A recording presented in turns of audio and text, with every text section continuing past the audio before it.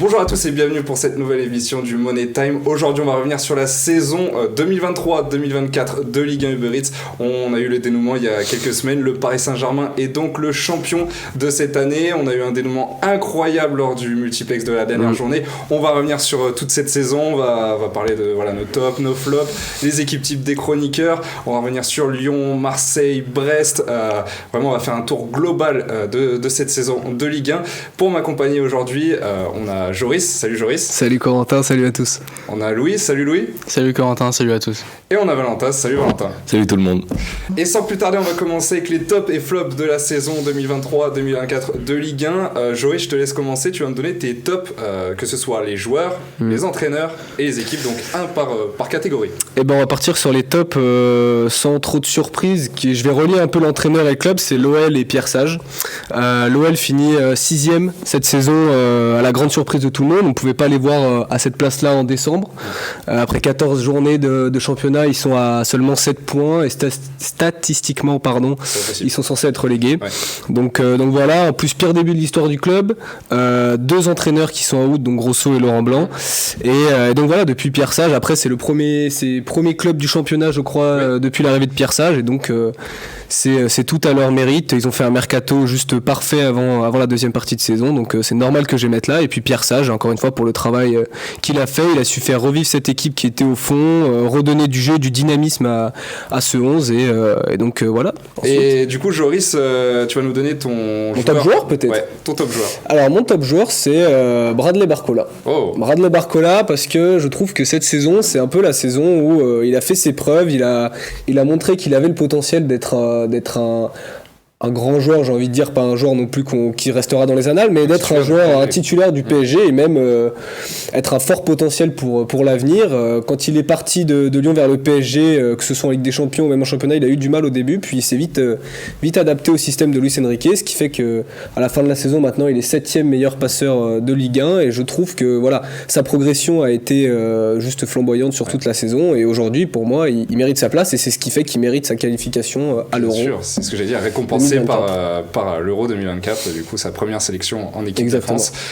Louis, quels sont tes tops ? Alors moi je suis parti un peu en bas du classement, j'ai pas voulu chercher très haut, mais je vais partir sur Carles Martinez, le coach de Toulouse. FFC, bien sûr. Exactement, c'est sa première saison au haut niveau, il a pas toujours, mais il a été énormément entraîneur des jeunes, que ce soit au Koweït, au Barça. Et là, il prend la suite de Philippe Montagnier, il était son assistant juste avant. Oui. Et malgré un effectif qui a été énormément changé, on a vu énormément de cadres partir, il a réussi à impulser quelque chose de nouveau et on a vu que sur certaines phases en championnat, ils réussissaient à créer quelque chose d'intéressant. Ils ont battu Nice, Lille, le PSG en fin de saison. Donc je trouve qu'il y a quelque chose à creuser, il y a vraiment un énorme potentiel et il m'a surpris parce que c'est sa première expérience, on le jette comme ça dans un nouveau championnat, dans un nouveau pays.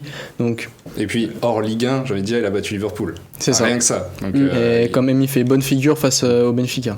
Est-ce que tu peux me donner ton équipe de la saison ? Et bah oui, pour moi c'est Monaco. Monaco qui avait quand même énormément à faire sur cette saison parce que ça faisait un moment qu'ils cherchaient l'Europe, qui voulaient retourner en Ligue des Champions. Et là, ils commencent un nouveau cycle, un cycle qui s'inspire du modèle Red Bull. Donc on les a vus avec un coach comme Adi Hütter qui a travaillé à Salzbourg, pareil avec Thiago Scuro, le directeur sportif qui a été aussi dans le giron Red Bull. Et là, cette année, ils ont réussi à créer quelque chose de sympa. On a vu quand même des défauts au début d'année, au niveau défensif surtout, mais au fur et à mesure de la saison, Adi Hütter a mis de l'eau dans son vin et on voit une équipe qui devient de plus en plus complète, des joueurs qui deviennent de plus en plus forts sur la saison et pour moi c'est super intéressant et là je vois vraiment une équipe qui me hype et moi j'ai envie de les voir en Ligue des Champions et je pense qu'ils peuvent faire un petit parcours l'année prochaine. Et juste pour rappeler, Monaco a terminé 2e de cette saison. Mais ce qui est surprenant avec Monaco, c'est que c'est une équipe qui a aussi eu des scores assez quand même impactants. Contre Metz, ils ont gagné 5-2, oui, je crois, voilà. Et en fait, j'ai l'impression que sur toute la saison, on n'a pas plus parlé que ça par rapport à Paris, à Brest, à des choses comme ça, alors que Monaco, au final, a fait une saison très complète. Parce que tu avais peut-être des équipes, voilà, comme tu dis, comme Brest, comme Lyon, qui ont surpris tout le monde et peut-être qui ont un peu attiré toutes les caméras sur eux. Et au final, c'est vrai que Monaco a fait une saison, j'ai envie de dire, presque parfaite. En tout cas, à leur niveau, c'était parfait. Et encore une fois, voilà, ils sont récompensés par une 2e place. Et comme tu le disais, voilà, c'est des gros scores à chaque fois parce que, tu l'as bien dit Louis, le système de base c'était vraiment porté sur l'offensive. Enfin, en tout cas, on voyait qu'il y avait beaucoup de phases défensives et beaucoup de failles défensives, et on l'a vu tout au long de la saison, voilà, ils arrivaient à scorer et c'est l'un des gros points forts aussi. Puis même si je peux me permettre, aussi on a vu quand même qu'il y avait une rotation d'équipe assez importante, il y a eu énormément de blessés à Monaco et ils ont toujours réussi à se renouveler, etc. Il y a une grande polyvalence chez les joueurs et ça montre aussi une bonne force de caractère. Et c'est pour ça que t'as dit qu'elle était parfaite en soi, non, parce qu'elle a mis vraiment longtemps à se lancer cette équipe. Oui, parce que parfaite sur la exactement, seconde, avec notamment les changements d'effectifs, les blessures, tout ça. On a eu l'arrivée de Balogun, on avait beaucoup d'attentes, surtout au vu de sa saison de l'année dernière. Et beaucoup critiqué au début. Énormément critiqué. Moi, j'ai pas vu un joueur une nouvelle recrue de Ligue 1 autant critiqué que lui à son arrivée, pour cette saison, je pense. Et après, c'est sûr qu'elle a mis longtemps moi, je trouve qu'elle a mis quand même longtemps à se lancer. Mais par contre, après, peut-être après, c'est à l'expérience parce que, mine de rien, elle conserve quand même des joueurs qui sont habitués à être européens. C'est ça. Et là, ils viennent accrocher cette place européenne. Peut-être qu'ils ne leur étaient pas destinés parce qu'il y avait des candidats. Il y avait Nice qui la tenait, aussi, Lille et Brest. Et puis, ils arrivent à passer la tête et à se faufiler en deuxième. Mais donc, grand chapeau à eux et surtout à Adi Hutter qui a su surtout sortir le meilleur de ce groupe. Et Louis, on va passer à ton meilleur joueur, en tout cas à ton top joueur de la saison. Ouais, alors ça c'est plus pour en parler parce que j'avoue que c'est vraiment un gros coup de cœur. C'est Yacine Keshta, le milieu du Havre. Je suis impressionné. J'aime énormément le voir à chaque rencontre du Havre. Je trouve qu'il a vraiment une intelligence tactique qui, moi, me surprend de jour en jour. J'ai l'impression de voir Maxence Cacré sur le terrain. Vraiment, il y a que ce soit dans l'attitude, etc., ou même dans le profil. Peut-être plus technique que Maxence Cacré. Plus technique et plus offensif. Ouais, il a pas peur de projection. Ouais. Exactement. Même dans son placement offensif, je le trouve plus intéressant que Maxence, qui lui est un profil bien plus défensif. Et on le voit aussi, Keshta, il récupère des ballons, mais c'est pas sa grosse force comme Maxence Cacré. Mais là, cette saison, alors j'en ai mis un autre dans mon Steep juste après, mais c'est bien un des seuls Havrais qui est sorti du lot. Et franchement, j'espère qu'il y a un bon club de Ligue 1 qui va le voir, un bon club de Ligue 1 qui va savoir le mettre dans son système, parce qu'avoir un Yacine Keshta, ça peut créer quelque chose, ça peut vraiment donner un plus, que ce soit offensivement ou même défensivement. T'as pas besoin de te prendre la tête à lui dire tous les jours faut que tu te places ci ou ça. C'est vraiment un cerveau et il fera le boulot qu'on lui demande. Ouais, il me rappelle un petit peu Zinedine Ferrat à l'époque de Nîmes. C'est vrai. Une sorte de milieu vraiment très créatif qui surnage dans cette équipe qui vient de monter en Ligue 1, donc comme Nîmes à l'époque, et là comme le Havre qui a pas vraiment de talent dans son équipe. C'est vraiment un groupe et des joueurs qui sont habitués au second échelon français. Et là puis c'est surtout un grand chapeau aussi à l'entraîneur qui a sorti une belle saison. Ils finissent quand même à la 15e place. Oui, mais pour le Havre, ils sont maintenus et puis peut-être place à l'été pour organiser cette seconde saison dans l'élite française. Ouais, gros travail de Lucas Elsner qui, si je me trompe pas, était dans les nommés pour les meilleurs entraîneurs. Il est dans les 5 nommés. Ça peut surprendre, mais après, comme il est resté tout le long de la saison, on peut se dire que l'UNFP a choisi par rapport à ce critère. Oui, par rapport à Pierre Sage par exemple, exactement, qui lui n'a fait que 4-5 mois à l'OL. On va passer maintenant à tes tops, Valentin, et on va commencer avec ton équipe de la saison. Moi je vais vous emmener dans le Finistère parce que personne n'en a parlé, mais oui, Brest est donc une équipe qui a surnagé pas encore une fois, mais qui a surnagé cette saison à en surprendre beaucoup, de nombreux observateurs, notamment nous. On ne s'y attendait pas du tout quand on avait fait même la préparation de cette saison. À aucun moment Brest est sorti de notre bouche. J'ai même envie de dire, même eux ne s'y attendaient pas. Ah oui, non mais après eux ils n'avaient pas ces attentes-là et c'est une sorte de rouleau compresseur. Le groupe vit bien, le groupe joue bien, les succès s'enchaînent et puis tu te dis et puis sans te mettre d'objectif vraiment, parce que je pense pas qu'ils l'ont eu tout de suite cet objectif. L'objectif c'était le maintien. C'est ça. Donc, et après tu te rends compte qu'à la mi-saison tu t'es en pôle pour l'Europe et t'arrives surtout à confirmer ça sans perdre de cadre à l'intersaison, parce que j'ai pas l'impression qu'il y ait vraiment de grosses valeurs marchandes à récupérer. C'est vraiment une équipe qui a des cadres et qui s'y tient, qui a vraiment des joueurs de ballon plus que des talents générationnels. Et voilà, on retrouve du Kenny Lala, on a du Marco Bizot qui on n'attendait peut-être pas à ce niveau-là. Et du Jordan Amavi qui fait un coup franc à son dernier Exactement. match de la saison. Mais c'est des vieux briscards de championnat européen qu'on a mis dans une équipe et qui en fait qui sortent leur meilleur football au meilleur moment, et puis ils arrivent à faire une excellente saison. Donc ils sont européens, ils sont en Champions League et personne ne l'avait vu. Et du coup, moi, je vais décerner par la même occasion mon meilleur coach de la saison, qui est Eric Roy, qui est le coach de Brest et qui sort une saison juste exceptionnelle. On ne sait pas encore s'il restera à Brest, du moins. A priori, oui. A priori, oui. On a vu déjà que, je fais une petite intracte, mais Farioli s'est engagé avec l'Ajax, et en gros pour parler avec l'Ajax, d'après Fabrizio Romano. Donc, on pouvait se poser aussi la question après une bonne saison comme a fait Eric Roy, mais ça a l'air d'être bien parti, et puis à mon avis il a envie de voir, d'entendre retentir le son de la Ligue des Champions à Francis Leblay. Ah non, ce sera au Rodoro du coup. Ah oui, ce sera à Guingamp, ça a été confirmé par le maire de Brest justement, parce que le stade Francis Leblay malheureusement n'est pas homologué par l'UEFA, ce qui fait que le seul club il est plus grand, le Rodoro? Il est un peu plus grand que le Francis Leblay, mais il est surtout homologué par l'UEFA, parce qu'il a il y a déjà eu des matchs d'équipe de France déjà même dans le passé, en Ligue Europa surtout, et même en Ligue Europa et Guingamp effectivement quand ils avaient gagné la Coupe de France l'année d'après, tandis qu'il y avait aussi le Roisen Park, mais c'est jamais bon d'avoir deux clubs de Ligue 1 dans le même stade, donc ils ont préféré aller à Guingamp, c'est plus proche aussi, donc voilà, c'est mieux pour eux. Est-ce que tu peux me donner maintenant ton joueur de la saison? Mon joueur de la saison, c'est plus une révélation, c'est Lenny Yoro. Voilà, c'est outre le fait de sortir des Parisiens et des joueurs qui ont vraiment on est habitué à les voir performer à ce niveau-là. J'ai envie quand même de sortir mon chapeau à Lenny Yoro, qui a 18 ans, vient de sortir une saison de patron. Il a surperformé par sa bonne qualité de relance et surtout ses qualités physiques naturelles qui, pour son âge, sont déjà vraiment formatrices et peuvent l'emmener au plus haut niveau, et on va voir peut-être à Paris dès la saison prochaine. Ou en tout cas, on va le tester en Europe, que ce soit à Lille ou dans un autre gros club européen. Et on va maintenant passer à vos flops. On va aller un petit peu plus vite sur les flops. Joris, est-ce que tu peux me donner ton flop en équipe? En équipe, l'Olympique de Marseille. Okay. L'Olympique de Marseille, parce que c'est un club qui avait beaucoup d'ambition et qui, je pense, ne devrait pas être à la 8e place. Ils ont fait un début de saison assez bon, j'ai envie de dire, et en fait, il y a eu cet Olympico contre Lyon, du coup, qui, je pense, a été un peu un tournant dans cette saison, parce qu'après, ça a fait que de descendre et de chuter. Il y a eu des problèmes en interne aussi. Il va y avoir beaucoup de départs, je pense.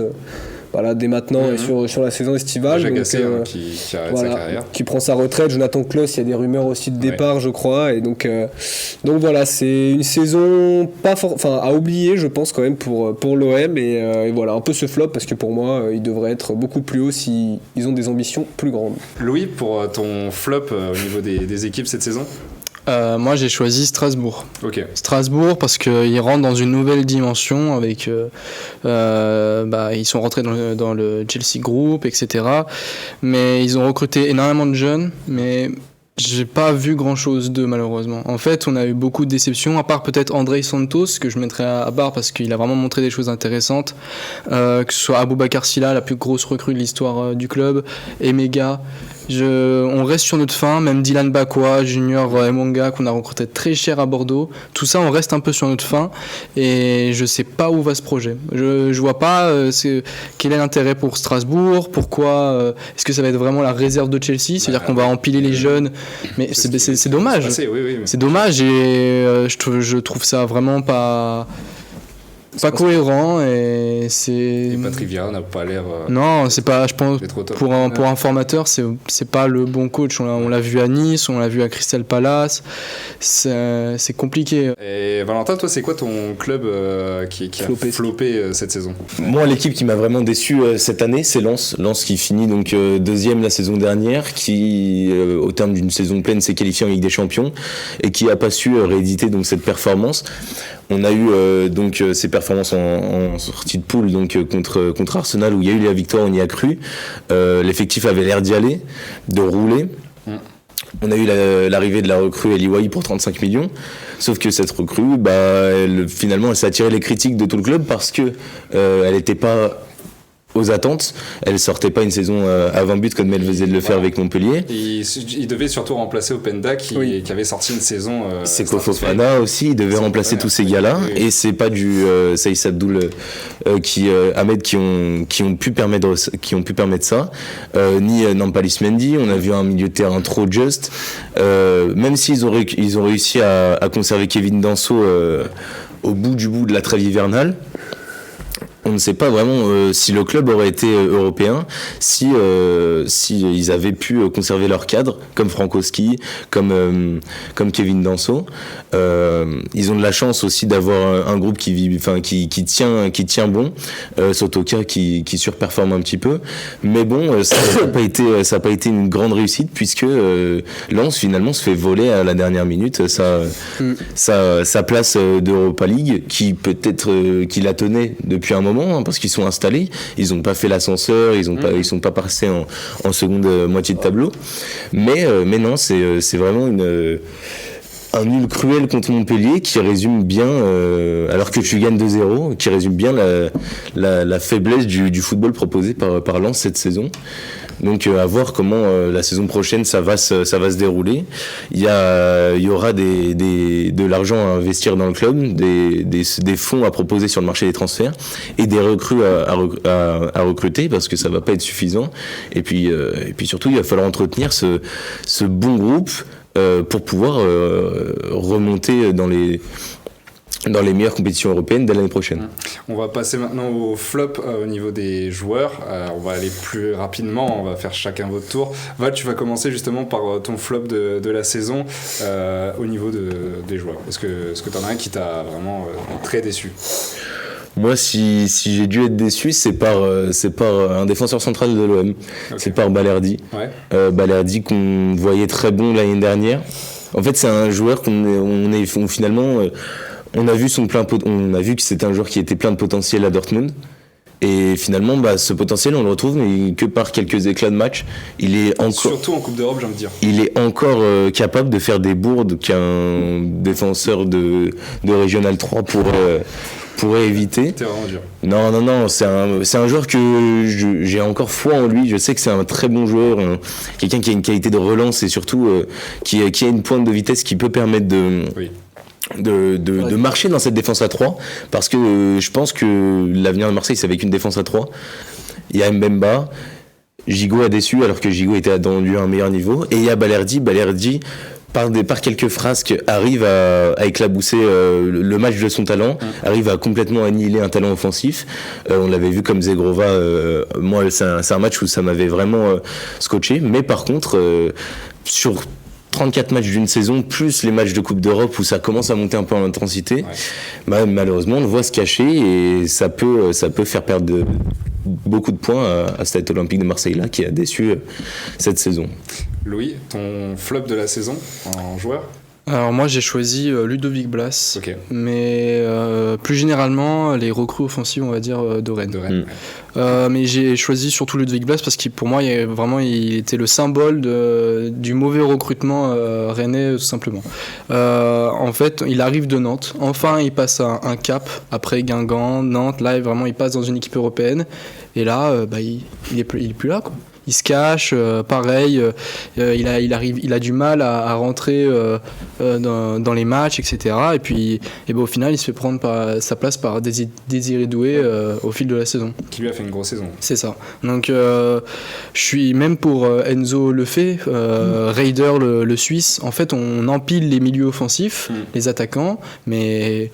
C'est ça. J'ai pas vraiment compris le projet de Florian Maurice derrière. Et là, Ludovic Blas, il se retrouve avec une super concurrence et il va devoir tout refaire, se refaire une place alors qu'il en avait déjà une en arrivant et se redonner du crédit et puis à voir si Désiré Doué part à la fin de la saison. Mais Il y a des chances. Même à Nantes, il avait perdu sa place à un moment et il a fini sur une bonne saison. Mais... Je pense qu'il y a un manque de régularité et de professionnalisme. Alors, j'ai pas envie de trop de m'avancer, mais il a un énorme talent et je trouve qu'il le gâche et qu'il n'arrive pas à se sublimer. On l'a vu, ouais. On va passer à vos 11 types de la saison. Vous nous avez concocté chacun votre 11. Je sais qu'il y a des 11 assez surprenants, j'ai envie de dire, où vous allez essayer de pas vous répéter. Pour vous dire, il n'y a que 3 joueurs qui ressortent à chaque fois dans vos 3-11. On va aller découvrir tout de suite. On va commencer avec le 11 type de Louis. Et Louis, tu vas nous décrire un petit peu ton 11, avec qui est pour moi le plus surprenant de vous 3. Donc moi je suis vraiment parti sur un 11 déjà des joueurs qui m'ont le plus plu, et j'ai aussi pas voulu répéter pour faire découvrir le plus de joueurs et en parler le plus. Donc au cas j'ai mis Boulka. Nice c'est la meilleure défense, c'est le gardien avec le plus de clean sheet. Il est vraiment passé à un niveau au-dessus cette saison et j'avais envie de le récompenser en le mettant là. Bradley Loco, c'est le meilleur latéral gauche de cette saison, donc j'arrivais pas à trouver un autre latéral pour le mettre, donc je l'ai mis lui. Lenny Yoro et Sanganté. Donc Lenny Yoro, t'en as déjà parlé. Ouais. Pour Sanganté, lui pareil, c'est mon deuxième coup de cœur du Havre. Capitaine, capable de jouer défenseur central, défenseur droit. Très solide. Il a vraiment passé un cap et je trouve que j'avais envie de le mettre en avant parce que c'est un joueur qu'on va voir confirmé en Ligue 1 et qu'on va avoir surtout aussi passé à un autre niveau. Pourquoi pas justement Rennes qui a besoin de défenseurs. Pourquoi pas aussi Monaco. Enfin bref, un club européen pour moi ça me choquerait pas. Thiago Santos, très belle révélation. Il arrive de Estoril au Portugal. La différence entre le Portugal et la France, elle s'est ressentie au début de saison, mais après il a vraiment pris ses marques et on a vraiment senti un joueur très relâché, libre offensivement. Alors défensivement ça reste à peaufiner, mais c'est un pur latéral, on va dire. C'est un pur latéral moderne. Pour être plus précis. C'est pour ça qu'en plus souvent Lille jouait avec Bafodé Diakité en latéral droit pour pouvoir pallier justement aux faiblesses défensives de Santos, mais c'est vrai que moi j'hésitais beaucoup avec lui, mais on va voir, j'ai pas le même... Effectivement, on va le voir après. Le trio au milieu de terrain, il fait mal. Il est exceptionnel. J'espère bien. Donc j'ai choisi Vitinha. Donc Vitinha, pour sa saison, parce qu'il a passé un cap, il a une nouvelle stature au PSG. Maintenant, il fait partie des leaders. Et je pense que j'ai pas trop besoin d'en parler. Je vais surtout m'attarder sur Fofana et Golovin. Golovin, parce que vraiment, là, je trouve qu'il a une bonne saison référence en Ligue 1. Là, ça fait un moment qu'il est là. La Coupe du Monde 2018, si je dis pas de bêtises. Oui. Et là, je sens qu'il a vraiment pris sa place de leader technique aux côtés de Minamino. Et c'est dû notamment au travail de Adi Hutter. Et donc, j'ai voulu le mettre dedans. Youssouf Fofana, parce que je trouve qu'on n'en parle pas assez, on ne le met pas assez en avant, mais il a des vraies qualités et c'est un vrai two-way player et j'aime beaucoup ce joueur et je voulais le mettre dedans parce qu'il fallait en parler. Et récompensé par une sélection en équipe de France pour l'Euro encore une fois. C'est ça. Exactement. En pointe, j'ai pris Lacazette. Sans grande surprise, un des meilleurs buteurs. Il a sauvé l'OL à de multiples reprises. Ailier droit, j'ai mis Zegrova. Pareil, pour moi, il a pris un step-up cette saison. L'année dernière, on sentait qu'il y avait déjà des bribes, on sentait qu'il y avait quelque chose d'intéressant. Mais là, cette année, il a vraiment confirmé, il a passé la deuxième. Un des tauliers de Lille cette saison, on voit. C'est énorme impact. Techniquement, il est d'une justesse et d'une qualité. Son pied gauche, c'est une merveille. Et Miko Tadze. Alors, j'ai pas mis Kylian Mbappé parce que je m'étais douté que on allait quand même le mettre dans un 11. Je l'ai pas mis moi, je crois. Tu l'as vraiment mis, toi? Ouais, moi je l'ai mis, bien sûr que je l'ai mis. Mais alors justement, pourquoi t'as pris cette décision de mettre Miko Tadze alors qu'il a 6 mois de Ligue 1 dans les... il est parti quand même... Il a joué le premier match, je crois, de Ligue 1 avec Metz. Les deux premiers. Alors du coup, pourquoi qu'est-ce qui t'a fait changer? Parce que si Metz se sauve, c'est en grande partie grâce à lui. Il a déjà mentalement passé de l'Ajax où t'es en perdition, t'arrives pas à t'installer, revenir à Metz. Bon, vous allez me dire c'était une zone de confort, mais pas tant que ça. Faut quand même réussir. Et puis même sur les débuts de match, enfin sur les tout premiers matchs où il revient, il a du mal, etc. puis il met la deuxième, et en 20 matchs, il met 13 buts. Là, il est en 13 matchs, 13 buts, je crois.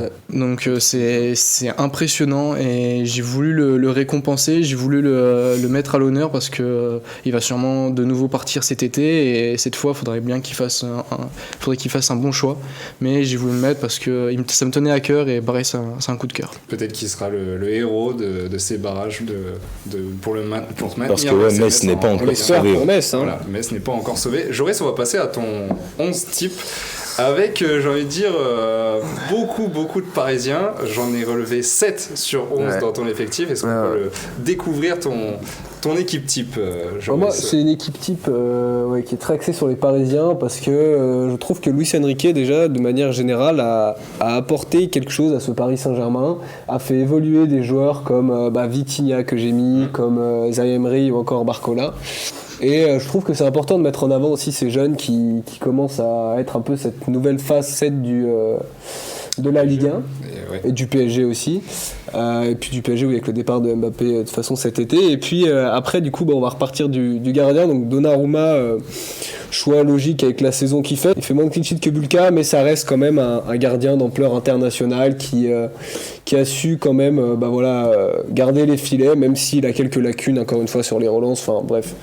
Ça reste une référence pour le Paris Saint-Germain et pour la Ligue 1. Critiqué, mais comme tu le dis, ça reste une des références à son poste. Loco et Yoro, un peu comme je rejoins lui sur ses joueurs, mais voilà, Yoro qui est tout jeune, qui a 18 ans et qui a fait ses preuves malgré le fait qu'il n'ait pas joué tous les matchs.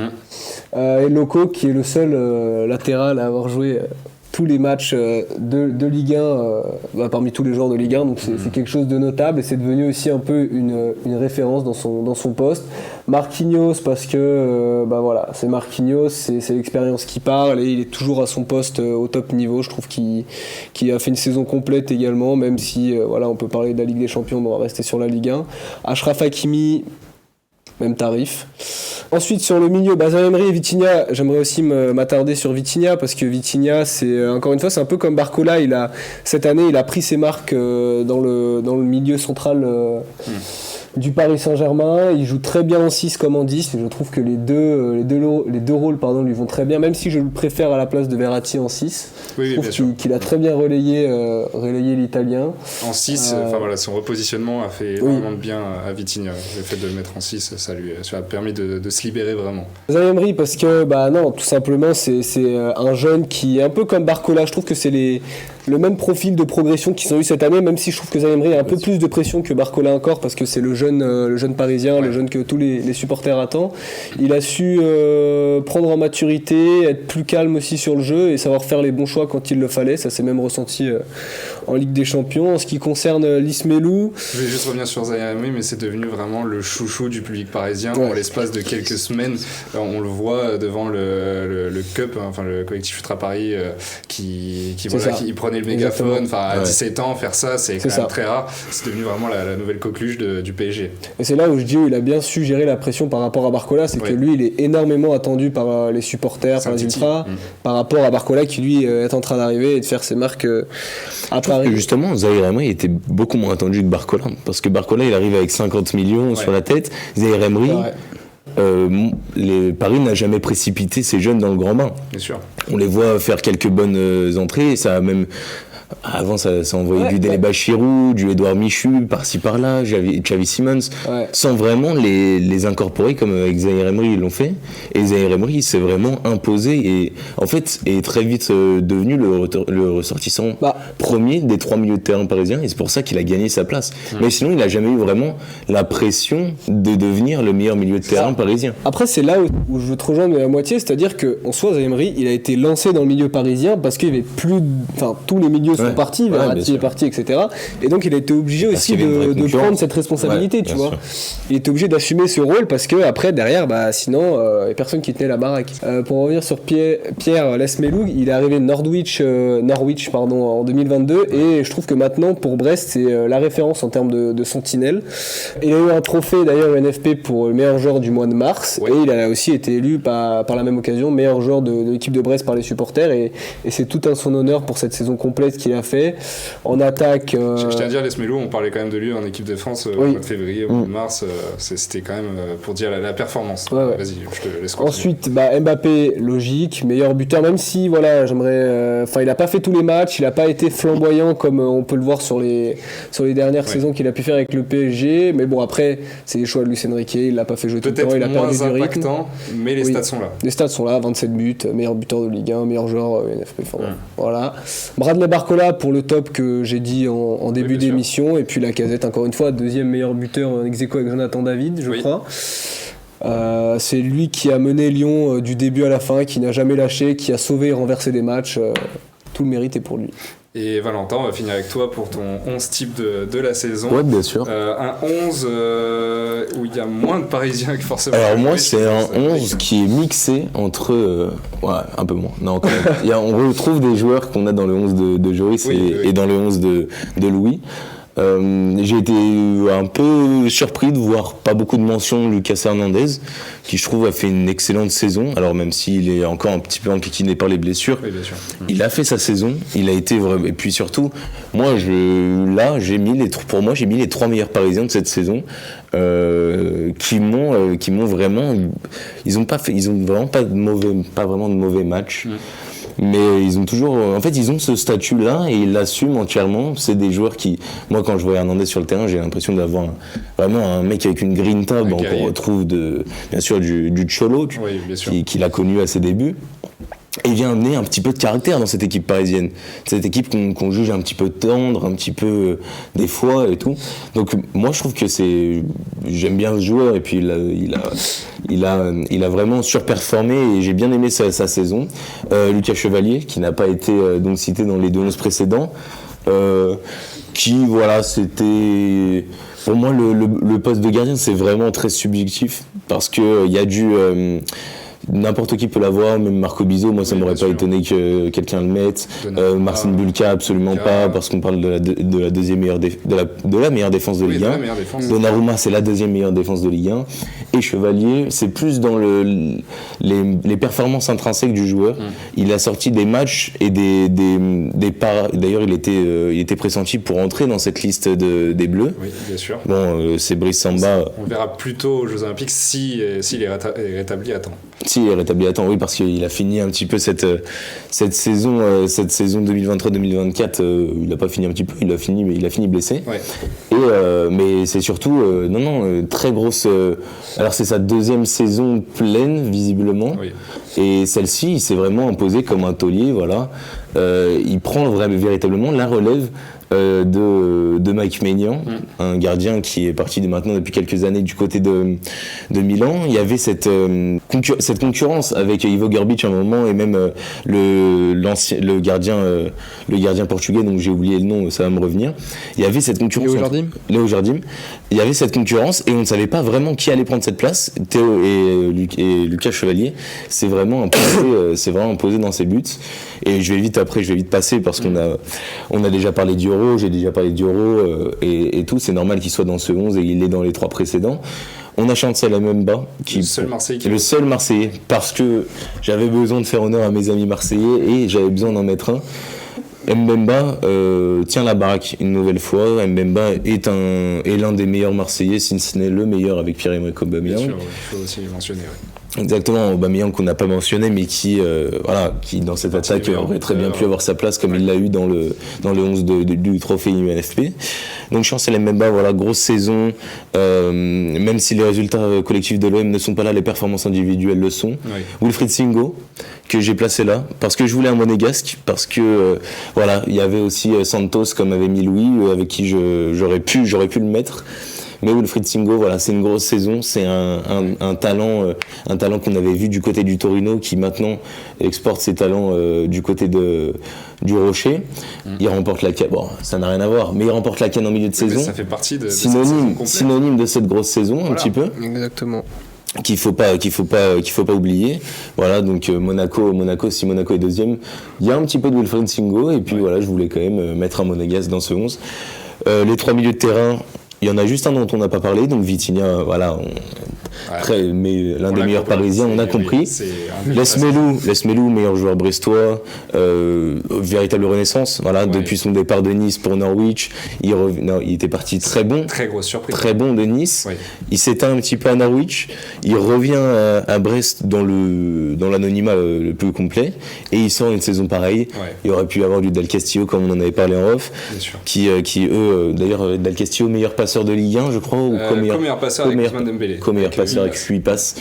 Et Désiré Doué. Je vais plus m'attarder sur ça parce que les 3 attaquants, on en a déjà bien parlé. Qu'on a évoqué tout à l'heure, qui a remplacé Ludovic Blas, justement. Qui s'est vraiment imposé. J'aurais pu même dire son frère Guéla, qui ont vraiment, moi ils m'ont époustouflé. Voilà, c'est 2 gamins comme ça qui rentrent dans un Rennes un petit peu perdu, voilà, dans le marasme rennais. On les voit vraiment et briller en fait. Oui. Moi j'ai l'impression de revoir, alors je vais pas faire de comparaison en termes de football, mais de voir un mec qui surperforme très jeune dans cette équipe, comme un Ousmane Dembélé. Ouais. Et là on a du Désiré Doué avec moins d'impact bien sûr, parce que on sait pas, il est encore Ousmane très jeune. Dembélé c'était quand même un calibre, voilà, on a senti le phénomène. Il a que 18 ans. C'est pas du tout le même style de joueur, je les compare absolument pas. Mais Désiré Doué, voilà, moi j'ai vu contre Lyon, contre Paris, j'ai vu un mec à l'aise avec son football très et mature, si jeune. Là, il a déjà 26 matchs de Ligue 1 dans les pattes à cet âge-là et confirmé au plus haut niveau, surtout en faisant des matchs pleins. Ouais. Voilà, donc je tire mon chapeau une nouvelle fois à Désiré Doué que j'avais besoin de remercier. Et puis les 3 attaquants, voilà, Mbappé meilleur buteur, meilleur joueur, bien sûr. Très très bon, si ce n'est le meilleur joueur du monde, mais ça c'est très subjectif. Très subjectif. Lacazette, voilà, grosse saison, symbole de la renaissance lyonnaise et Eden Zegrova, qui a fait sa saison, meilleur dribbleur de Ligue 1, un talent offensif qu'on découvre, et puis voilà mon 11. Si je peux aussi apporter quelque chose pour Désiré Doué, l'année dernière, il était déjà un peu dans le 11 avec Bruno Genesio, puis il s'est fait sortir du 11, notamment face à un match face à Lyon, où il est rentré, il est sorti après je crois 15 minutes de jeu, quelque chose comme ça, et en fait il avait pas boudé, mais son agent est allé voir un match de Barcelone, comme pour montrer que lui il pouvait aller voir autre chose, etc. Et là on sent que cette année il a pris en maturité, il accepte un rôle de remplaçant, il accepte de sortir, donc je trouve que c'est très intéressant et il y a une vraie maturité qui commence à être évolué par rapport à l'an dernier. Juste pour terminer sur ce 11, donc voilà, comme j'ai dit, il y a 3 joueurs qui ressortent forcément dans ces 3-11 comme vous l'avez vu. Lenny Yoro, on en a parlé, voilà, c'est un des hommes forts de cette saison à 18 ans. Il était dans l'équipe type de l'UNFP, il a fait 32 matchs sur 34 possibles et il est convoité par les plus grands. On parlait du PSG, du Real Madrid. Oui, et à noter qu'en début de saison, je sais pas si ça a été validé, il a été 2e meilleur défenseur d'Europe en termes de duels gagnés. Ah oui, exactement. Donc c'est pour prouver aussi l'efficacité de ce défenseur. On a eu Vitinha aussi qui est ressorti sur les 3-11. 24 ans, c'est une saison on va dire complète pour lui, que ce soit en Ligue des Champions, en Ligue 1. On a 18 matchs pour 3 buts et 2 passes. On sait que le début de saison il était assez sur le banc à cause de justement Manuel Ugarte. Il a été repositionné en 6, ça a été beaucoup mieux. Et puis on a Alexandre Lacazette qui a été mis dans les 3-11 également à 32 ans. Voilà, c'est l'un des meilleurs buteurs de cette saison. C'est l'homme fort de l'Olympique Lyonnais, 19 buts, et j'ai envie de vous dire 19 buts sur 11 expected goals. C'est hallucinant, l'efficacité d'Alexandre Lacazette, et il a presque un quart des buts de l'OL cette saison. L'OL qui a marqué 49 buts, c'est pour vous dire à quel point voilà, cette renaissance, comme je crois que c'était toi Val ou Joris qui disait, c'était toi Val qui disait cette renaissance de l'OL, voilà, elle passe aussi par Alexandre. Méritait sa place à l'Euro. Ça, on en reparlera plus tard, avant l'Euro évidemment. On va maintenant passer à l'équipe surprise de la saison. On a eu, comme on l'a dit tout à l'heure, Brest, Lyon, qui sont les 2 clubs qui ressortent le plus. Voilà, les 2 clubs qui nous ont tous surpris. Lyon par rapport à sa remontada, Brest, j'ai envie de dire par rapport à sa remontada, par rapport à la saison dernière. Et je vais vous laisser parler. Pour toi, Louis, quel est le club qui t'a le plus surpris cette saison ? Eh bien, pour moi, c'est Brest.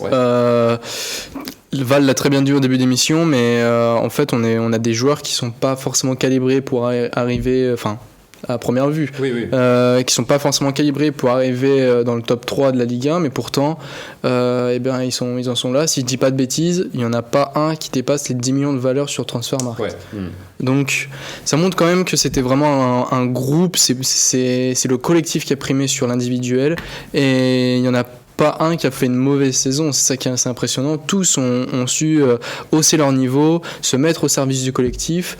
Et Brest qui va en Ligue des Champions, c'est Première fois dans l'histoire. Première fois dans l'histoire. Et quand on voit par exemple aussi en Bundesliga l'Union Berlin l'année dernière, maintenant Stuttgart, Aston Villa. Aston Villa, ce sont des surprises. Pologne, C'est Gironne. Pologne, exactement. Gironne.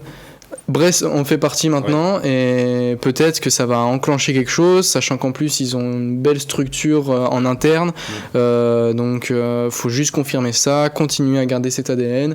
L'année prochaine ça va bien évidemment être plus compliqué, donc faut s'attendre à peut-être une baisse de forme, mais en tout cas pour tous les joueurs je pense que c'est une superbe saison, même pour les supporters c'est plein de souvenirs et on espère que pour l'année prochaine avec des champions ça va être pas mal. Et juste pour rappeler, pour donner un peu de stats sur cette saison de Brest, voilà, comme on disait tout à l'heure, ils jouaient le maintien l'an dernier, ils étaient 14e la saison dernière, donc personne ne les attendait à ce niveau-là.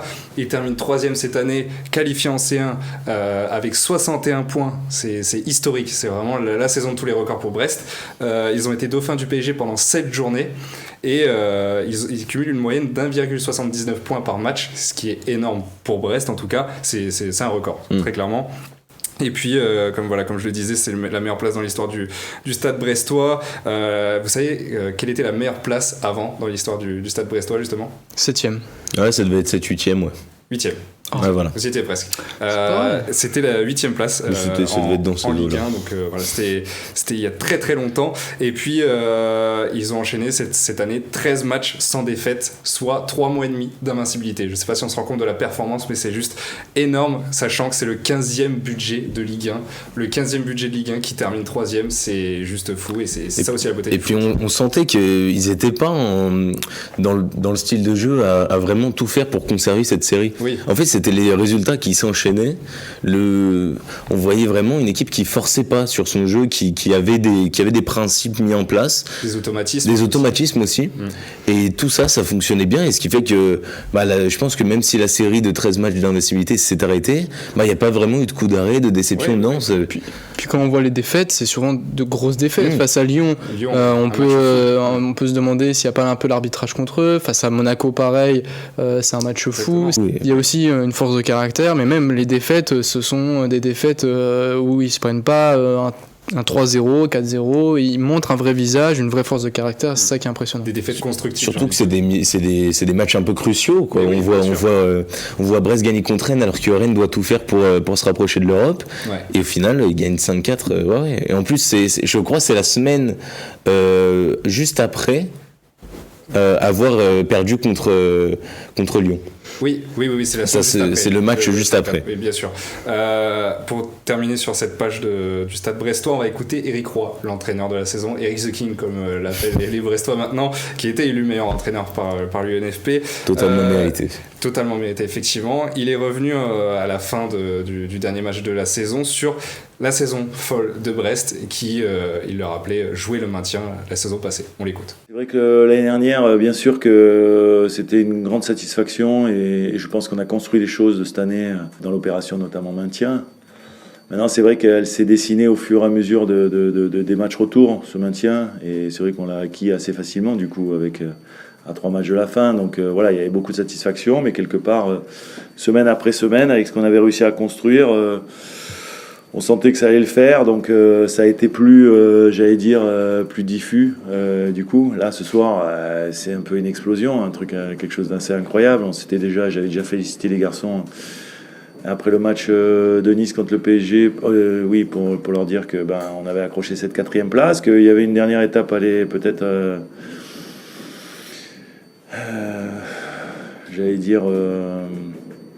conquérir. Et c'est vrai que ce soir, je pense qu'on a mis tous les ingrédients. Nous, en tous les cas, on avait fait le job en gagnant ce match. Louis, un petit mot sur ce qu'a dit Eric Roy en conf de presse ? La première chose dont il a parlé, c'est quand même du maintien. Oui. Il a dit qu'à 3 journées de la fin, ils ont assuré leur maintien et je trouve ça fou. Enfin, leur objectif premier, c'était vraiment le maintien. Ils arrivent 3e. Je crois qu'on peut-être sera pas avant un bon moment qu'on reverra une équipe surperformer de la sorte, et arriver à ce niveau-là. On va parler maintenant de Lyon, Val, parce que c'est ta plus grosse surprise de la saison. On en a déjà parlé beaucoup sur ce plateau durant cette émission, mais force est de constater que c'est une saison historique qu'a fait Lyon. Une saison, et je ne m'attendais absolument pas à prononcer ces mots il y a 6 mois de cela. Voilà, on avait fait une émission, une réunion de crise en novembre, et si je dis pas de bêtises, vous pouvez la retrouver sur YouTube. On avait fait une émission justement sur l'OL en disant que voilà, l'OL était en crise et personne ne voyait sur ce plateau. On se voyait déjà faire des derbies avec Saint-Etienne en Ligue 2, et c'est ce qu'on disait sur ce plateau-là, parce qu'on n'avait pas cette vision, et là je vais tirer franchement beaucoup d'accomplissements et de satisfaction de la direction lyonnaise, qui n'a pas perdu pied. On s'en est direct pris à Textor quand il a dit on descendra pas, et quand il a rigolé à la tête de journalistes qui lui posaient la question, mais Lyon va droit dans le mur, Lyon est à 7 points en 14 matchs, ils ont 86% de chances de rester en Ligue 1, statistiquement c'est impossible, votre club va descendre. Non. C'était même vu comme de l'insolence. C'était de l'insolence, parce que en fait, on voyait Textor arriver comme un businessman, quelqu'un qui n'aime pas le foot, qui est là pour en tirer du bénéfice et du profit, comme il le fait avec Crystal Palace ou Botafogo, et en fait on voit que c'est un homme, un passionné en fait. On le voit là, on l'a vu même aux entraînements de l'Olympique Lyonnais. Chez les jeunes, bien sûr. Il a tous les bords de match, il a suivi tous les matchs. Il va même sur le terrain. Non mais c'est. Et on a vécu un rêve éveillé cette saison. Quand on parle de saison all-time, là pour moi Lyon c'est plus impressionnant.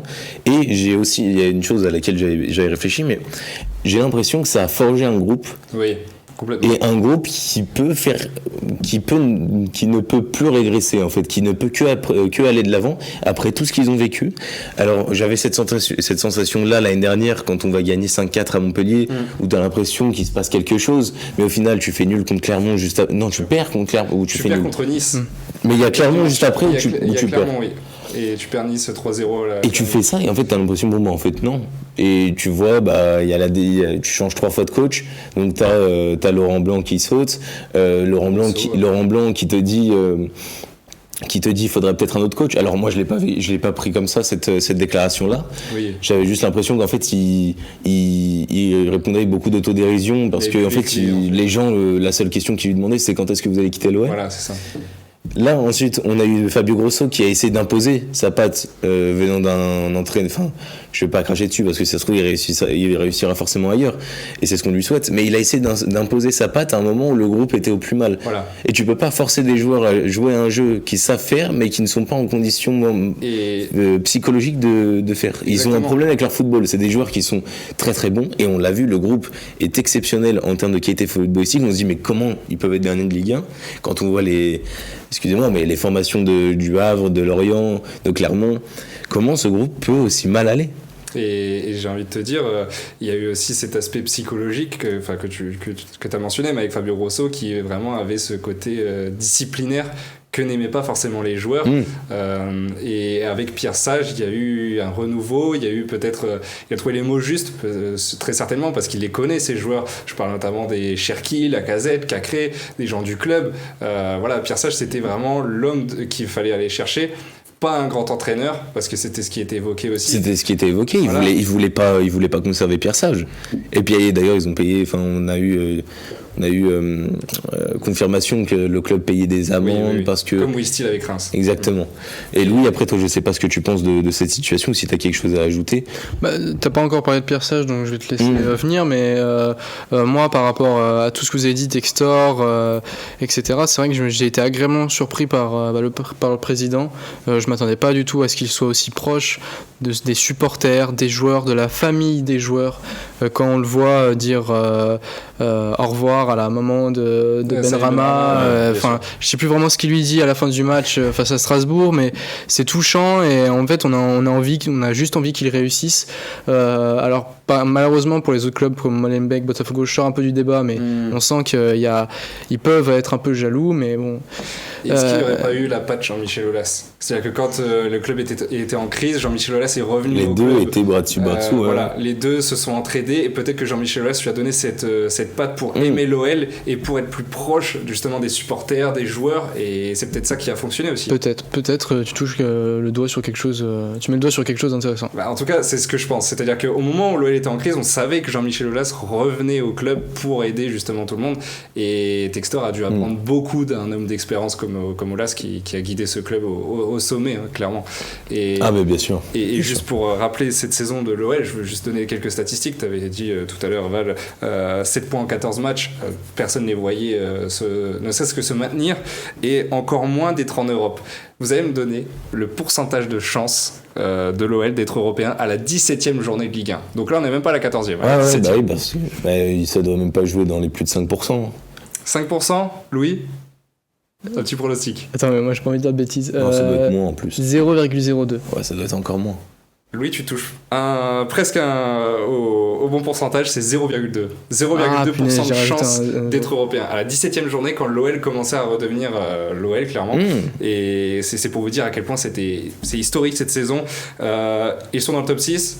Il n'en était qu'une seule minute dans le top 6 de la saison. Qu'une seule minute dans le top 6 de la saison. De la 34e journée. 37 points pris sur la phase retour.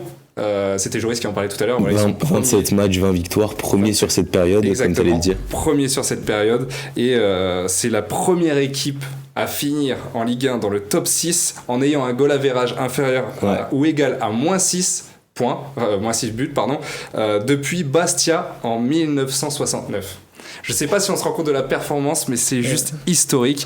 Et puis, vous avez pas évoqué un truc, et j'aimerais que vous en parliez un petit peu, c'est le mercato hivernal. C'est-à-dire que forcément, ça a joué, parce qu'il y a eu ce mercato hivernal qui était le plus gros en Europe, faut le souligner. Et quand t'es un club qui joue le maintien, beaucoup de clubs qui jouaient le maintien se sont plaints, notamment de l'OL, en disant qu'ils avaient fait un trop gros mercato pour un club qui était à ce niveau-là. Et c'est certainement ce qui a sauvé l'OL. Et certainement, en fait, un mercato hivernal, c'est pas là pour faire les bons coups. Aucun club ne veut lâcher ses joueurs importants, ses joueurs en forme au mercato hivernal. Et en fait, on va chercher un Matic, qui est en bras de fer total avec Rennes. On va chercher Onana, qui est en perdition du côté de Nottingham Forest. On va chercher, en plus j'en oublie plein, j'oublie Malik Fofana, Gift Orban. On va chercher tout ça, et en fait c'est des joueurs en fait l'argent est posé, on est débarrassé de la DNCG, l'argent est posé, mais maintenant qu'est-ce que tu fais avec ces joueurs? Et en fait c'est là où la patte Pierre Sage fait son effet. En fait, on passe d'un milieu de terrain où tu as Corentin Tolisso qui ne peut pas assurer plus de 80 minutes et Maxence Cacré qui ne peut pas jouer sans une sentinelle. Après, je dis il peut pas jouer sans une sentinelle, il peut même jouer le rôle de sentinelle, mais il ne peut pas assurer tout seul ce rôle au milieu de terrain. Et il était perdu, on va dire. Il était totalement perdu. Et ça a été, en même temps, comment tu veux trouver du rythme quand tu changes de coach, quand tu es tout en bas alors que tu es avec des joueurs de classe européenne. On va parler du mercato, mais c'est là où je le trouvais malade en fait, cet Olympique Lyonnais, c'est au milieu de terrain. Bien sûr. C'est peut-être aussi en défense centrale, mais on a vu aussi l'émergence d'un Jacob Ryan qu'on n'attendait pas à ce niveau-là. Douillet Kaitachar qui a fini par s'imposer finalement au détriment de Lovren qu'on attendait plus là justement en tant que stabilisateur, en tant que vraiment taulier de cette charnière centrale.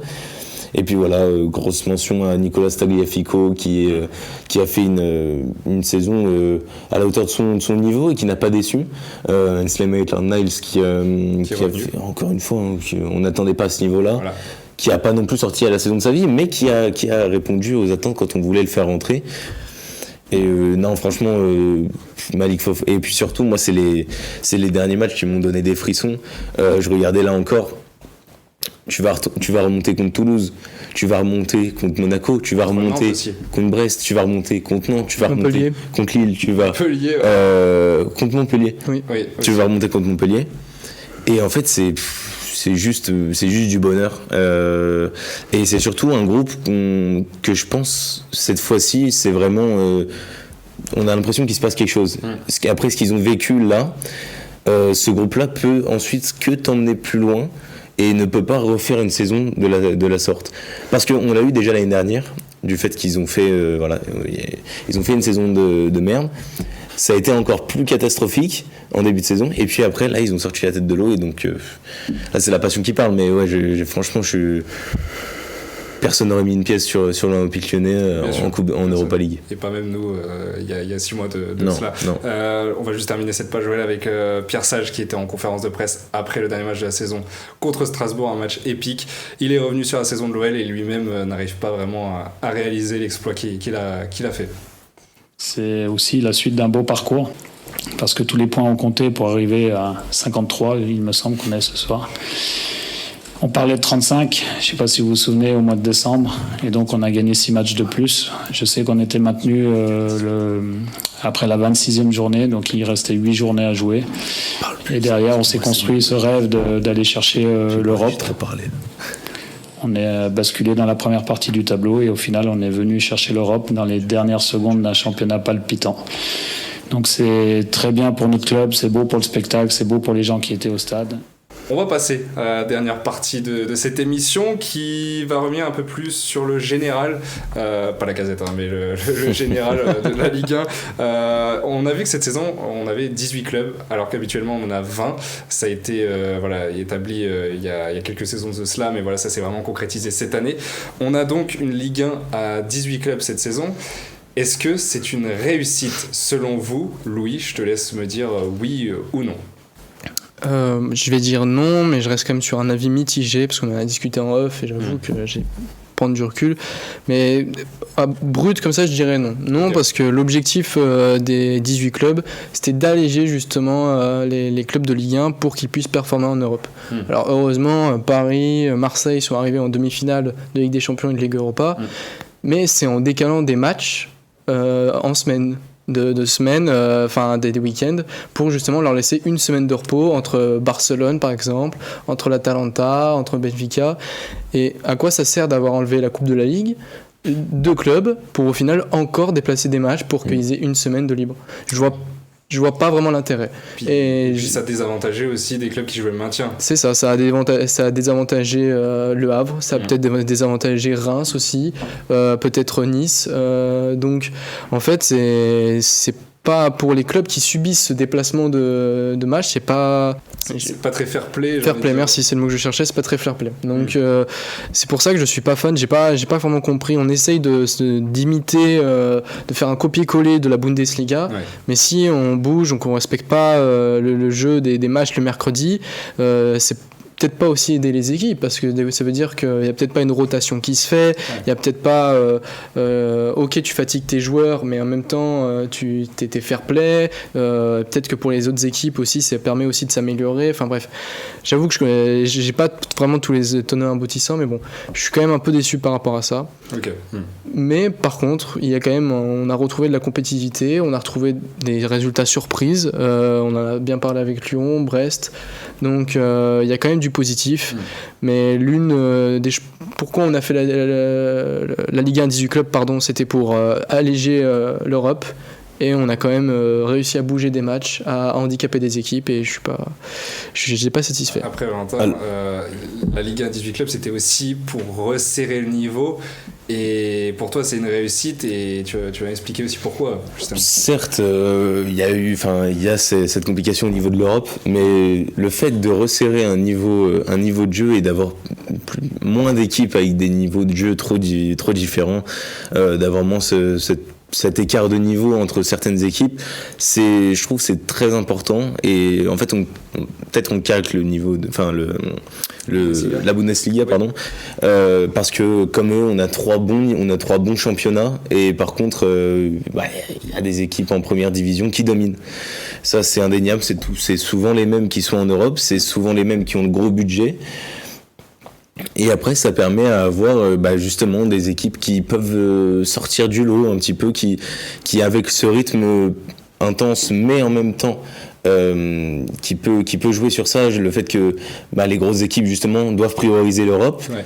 Et en fait c'est l'occasion pour les petits de jouer sur ça et de prendre des points, d'avoir un championnat très resserré comme on a pu l'avoir là, que ce soit de la 2e à la 4e place, de la 5e parce qu'on n'est plus qu'à 2 points de Nice, l'OL est plus qu'à 2 points de Nice, donc ça va de 55 points à peu près 49-48 pour les 10e de Ligue 1. Et puis derrière, le maintien surtout. Et puis après le maintien, et il y a tout ça qui rentre en compte, avec aussi le fait des barrages, là où on va avoir du coup 2 équipes reléguées et une équipe en barrage.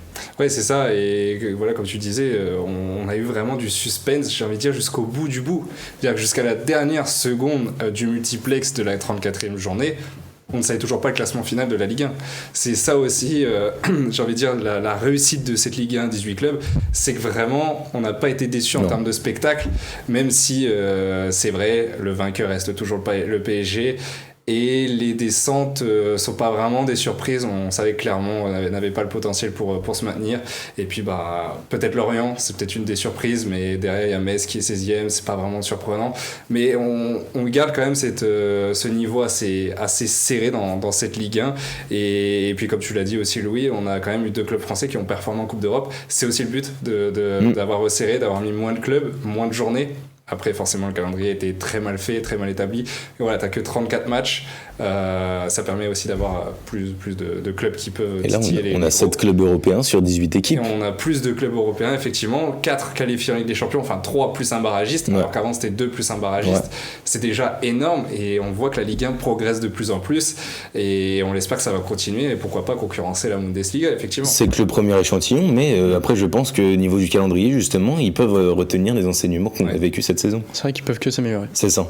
Pour terminer cette émission, je vous ai concocté un petit jeu bien sympa sur la Ligue 1. Donc, j'espère que vous avez bien révisé vos classiques du championnat de France. Vous allez devoir me donner, donc vous savez, j'adore les morts subites. Voilà, quand un par un vous me donnez une réponse et qu'après, évidemment, vous êtes éliminé si vous me donnez une mauvaise réponse. Vous allez me donner les 10 derniers meilleurs buteurs du championnat de France. Alors quand je dis les 10 derniers, c'est vraiment les 10 derniers noms. C'est-à-dire que forcément, il va y en avoir un qui va avoir plusieurs d'affilée. Enfin, vous voyez ce que je veux dire. Je dire en premier. Donc ça remonte jusqu'en 2005 pour le dernier meilleur buteur, 2005-2006. Ok. Joris, je te laisse commencer. Kylian Mbappé. Forcément, Kylian Mbappé, c'est bon. Donc de 2018, de la saison 2018-2019 à la saison 2023-2024, Louis. Lacazette. Alexandre Lacazette, c'est bon. 2014-2015. Il en a qu'une en plus. Il en a qu'une. Ouais, quand même. Bon, je vais rester côté parisien avec Zlatan Ibrahimovic. Évidemment, Zlatan Ibrahimovic, 2012-2013, 2013-2014, 2015-2016. Sa meilleure. Évidemment. On va continuer à Paris, Edinson Cavani. Edinson Cavani, c'est bon. 2016-2017 et 2017-2018 pour Edinson Cavani. Louis, ça a commencé à se corser, je pense. Eden Hazard. Ah non. Eden Hazard, c'est pas bon. Mec. C'est pas bon. Val. Bafétim Bigomis. Non. Bafétim Bigomis, c'est pas bon. Joris, tu as potentiellement. Tu sais quoi, j'en ai d'autres. La balle de la gagne, elle est pour toi. Je pensais que Bigomis c'était plus évident. C'est quoi, j'en ai un. C'est pas si évident. Attends, Joris. On va faire duel suspense. Là, tu as la possibilité de remporter ton premier jeu football. Après temps. C'est quoi, je te dis l'année et le joueur. Et le club. Alors là, si tu me donnes l'année, le joueur et le club, c'est une masterclass.